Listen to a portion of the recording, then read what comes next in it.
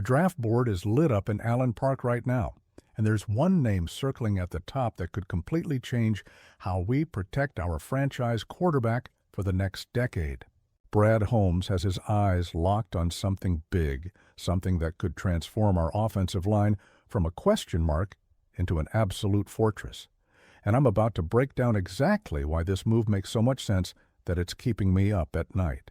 Stay with me because what I'm going to reveal by the end of this video might just be the most important piece of information you hear about the Lions' future all week. Welcome to Lions News Fan Report, where you get the most updated news, the deepest analysis, and all the rumors surrounding our beloved Detroit Lions. I'm here to make sure you're informed, engaged, and ready for whatever comes next in this incredible journey we're on together.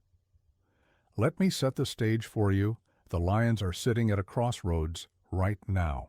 We've had an up-and-down season that's left some fans frustrated, some fans hopeful, and all of us wondering what Brad Holmes is going to do to make sure we're legitimate contenders moving forward. The reality is we still have 14 different ways to make the playoffs, but more importantly, we need to be thinking about how we build this roster to sustain success not just this year, but for years to come. And that starts with protecting Jared Goff. That starts with making sure our offensive line is elite. That starts with making decisions in the draft that set us up for long-term dominance. Because here's the thing about championship teams. They're built from the trenches. You can have all the skill position talent in the world, but if you can't protect your quarterback and you can't open holes for your running backs, none of it matters.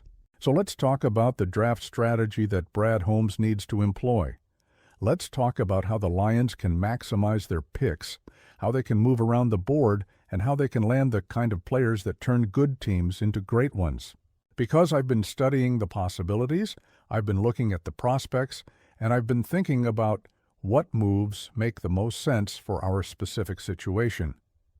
First, let's address where we're likely going to be picking. Based on current projections, the Lions are looking at somewhere around the 17th pick in the first round. That's a solid spot. That's a place where you can get impact talent, but here's where it gets interesting. Brad Holmes has shown throughout his tenure that he's not afraid to move around. He's not afraid to trade back and accumulate picks. He's not afraid to be aggressive and move up when he sees a player he loves. So imagine this scenario. The Lions are sitting at 17, and they get a call from the Chargers. Los Angeles is sitting at 19, and they want to move up 2 spots. They're offering their second-round pick, the 83rd overall selection, to make it happen. You take that deal every single time. You move back 2 spots, you still get a first-round caliber player, and you add another valuable pick in the 3rd round. That's smart roster management. That's how you build depth. Now you're picking at 19, and there are some really intriguing options on the board. The edge rusher position is one we need to address. Josh Paschal and Levi Onwuzurike might not be coming back, and we need to inject some youth and explosiveness into that pass rush. David Bailey from Texas Tech is sitting right there. This kid has 70 pressures and 13 sacks this season. Those 70 pressures lead the entire nation right now. He's got explosive athletic ability, he's got the length you want on the edge, and while he needs some work in the run-stopping game, we've got the coaching staff to develop that. The beauty of Bailey is he's plug-and-play as a pass rusher. You can bring him in, let him do what he does best, and gradually work on the other aspects of his game. That's a luxury we have because our defensive system is already strong. We can afford to let a young player grow in certain areas while he contributes immediately in others. But here's where things get really interesting. Here's where Brad Holmes needs to channel his inner aggressor and make a move that might seem bold, but is actually brilliant. The Cowboys are sitting at 23. They're open to moving back. And the Lions have an opportunity to move back into the first round and grab another premium talent. Yes, it's going to cost you. You're giving up your second-round pick at 50 and a future first-rounder in 2027. That sounds like a lot, but hear me out on why this makes perfect sense. The player available at 23 is someone who could be a cornerstone of your offensive line for the next decade. The player sitting there is someone who solves multiple problems at once. The player available is the best interior offensive lineman in this entire draft class. And if you're serious about protecting Jared Goff, if you're serious about establishing dominance in the trenches, if you're serious about building a championship-caliber roster, you make this move without hesitation. The name is Olivavega-Eowan from Penn State. And this kid is special. Let me tell you why. Eowan has been at Penn State for 4 seasons. In that entire time, he's allowed 26 pressures and 3 sacks. Let me repeat that. 26 pressures and 3 sacks in 4 years of college football. And those 3 sacks? They all came 2 years ago. Since then, he's been absolutely dominant. This is a player who can come in and play either guard spot immediately. And here's where it gets really exciting for the Lions. If the plan is still to move Tate Ratledge to center, which makes a ton of sense given his skill set, then Eowan is the perfect piece to make that happen. You slide Eowan in at left guard, move Ratledge to center where he can be a Pro Bowler, and shift Miles Frazier over to right guard.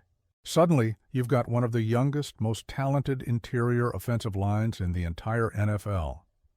Think about what that does for your offense. Think about the running lanes that opens up for Jahmyr Gibbs and David Montgomery.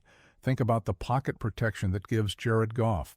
Think about how much easier it makes life for everyone on that offense when you have 3 absolute maulers in the middle of your line who can move defenders at will and keep your quarterback clean. And here's the other thing that excites me about this move. Eowan isn't just talented, he's experienced. 4 years at a major program like Penn State means he's seen every defensive look imaginable.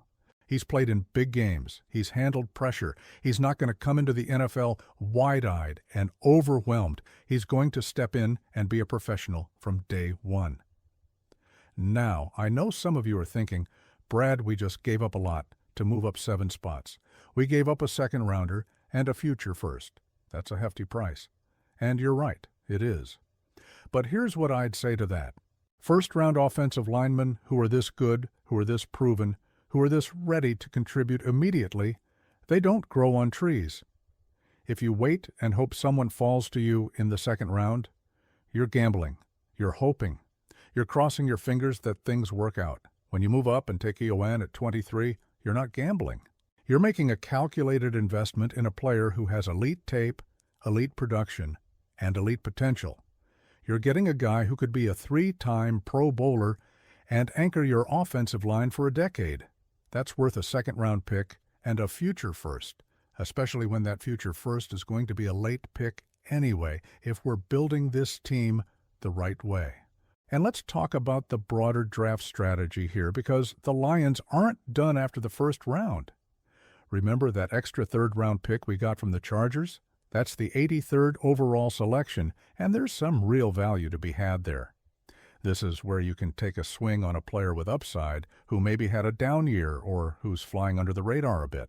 Lenoris Sellers from South Carolina is a name that intrigues me at that spot. This kid was considered a first-round quarterback at the start of the season.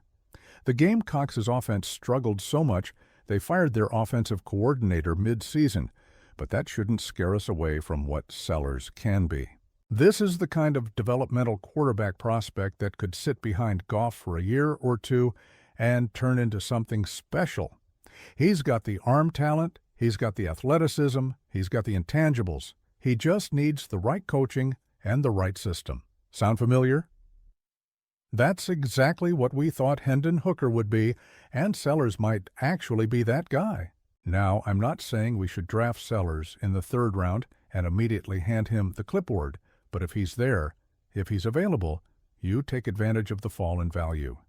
You add him to your roster, you develop him properly, and maybe in 2 or 3 years, you've got your next franchise quarterback. That's how you sustain success. That's how you avoid being desperate at the most important position in sports. Moving into the later rounds, the Lions need to continue addressing depth and adding competition at key positions. Xavier Chaplin from Auburn is a tackle prospect who makes sense in the 4th round. We know the Lions have spent time at Auburn this season scouting, and with Connor Lew likely not coming out after his torn ACL, Chaplin becomes the next best option. He's got the frame and the athleticism to develop into a starting left tackle with some coaching. Giovanni Manu hasn't materialized into what we hoped, so adding another young tackle with upside is smart business. The Lions have also been to Notre Dame multiple times this season, and I think Boubacar Traoré is the edge rusher they like there. Doubling up on edge rushers in this draft makes a ton of sense given our potential losses in that room. Traoré in the mid-rounds gives you another developmental pass rusher who can contribute on special teams immediately and grow into a rotational role. Tight end depth is another area we desperately need to address after the injuries we've dealt with this season. Marlon Klein from Michigan in the 5th round gives you a local kid who knows what it means to play in this state and can provide reliable depth at a position where we've had terrible luck. Safety depth with Wydett Williams Jr. from Ole Miss, cornerback depth with Malik Muhammad from Texas, who could be a solid special teamer, and running back depth with Desmond Reed from Pitt round out a draft class that addresses needs throughout the roster. But let's bring it back to the main event here. Let's talk about why Olivega Ioane is the move that could define this entire draft class for the Lions. This isn't just about adding a good player. This is about making a statement. This is about Brad Holmes showing that he's willing to be aggressive when he identifies a cornerstone piece. This is about prioritizing the trenches and building this team the right way. Championship teams are built on offensive and defensive lines. That's not a cliche, that's a fact. Look at every Super Bowl winner from the last decade, and you'll see dominant line play on both sides of the ball. The Lions have been building their defensive line through the draft and free agency. Now it's time to make that same commitment to the offensive line. Ioane is the kind of player who makes everyone around him better. He's the kind of player who allows your offense to impose its will on opponents. He's the kind of player who, 10 years from now, will look back on and say, that was the pick that changed everything. So here's what I want to know from all of you. Do you think the Lions should be aggressive and move up to get Olivega Ioane? Is giving up a second rounder and a future first worth it for a potential decade-long starter at guard? And what other positions do you think we need to prioritize in this draft? Drop all your thoughts in the comments below, because I genuinely want to hear what you're thinking about this team's future. If you want to stay on top of every Lions move, every draft rumor, every roster decision, and every piece of analysis that matters, make sure you subscribe to Lions News Fan Report. Hit that notification bell so you never miss an update. We're here every day, bringing you the content you need to stay connected to your team. This draft could be special. This draft could set us up for sustained success.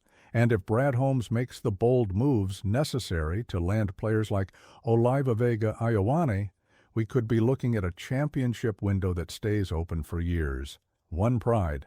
Let's make it happen.